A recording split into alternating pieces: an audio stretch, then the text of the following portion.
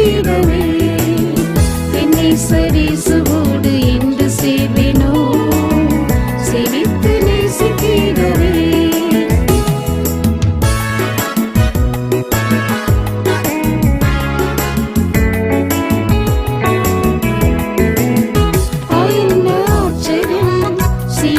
சந்ததி அற்பமாந்தரை